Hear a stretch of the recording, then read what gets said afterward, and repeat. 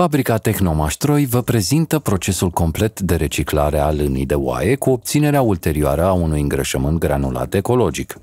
Lâna de oaie este o materie primă organică naturală, bogată în azot și alte microelemente utile. În stare proaspăt tunsă de pe oi, ea se acumulează adesea ca deșeu în fermele zootehnice. În loc să fie arsă sau aruncată, lâna poate fi reciclată eficient într-un îngrășământ valoros, prin mărunțire și granulare. Prima etapă, pregătirea materiei prime cu ajutorul mărunțitorului DR1000, echipat cu un motor de 18,5 kW. Datorită construcției unice a unității rotorului, agregatul procesează cu ușurință materialele fibroase ușoare, nu doar lâna, ci și paie, fân, stuf, frunze, rumeguș, coj.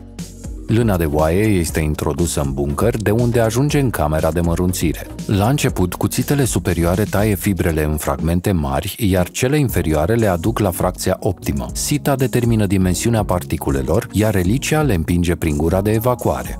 Prin tubulatură flexibilă de 3 metri lungime se conectează tocătorul cu ciclonul. Aici, cu ajutorul aerului rarefiat, masa fibroasă este separată de flux și se depune în recipientul de colectare, de unde este alimentată manual în etapa următoare.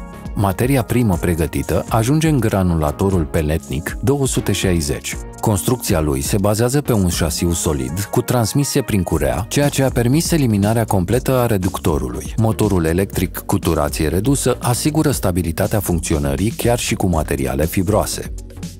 La ieșire se obține o granulă densă cu un conținut ridicat de substanță organică, care se păstrează mult timp, se transportă ușor și se descompune lent în sol, hrănindu-l. Un astfel de îngrășământ este deosebit de valoros pentru agricultura ecologică, horticultură, viticultură și sere.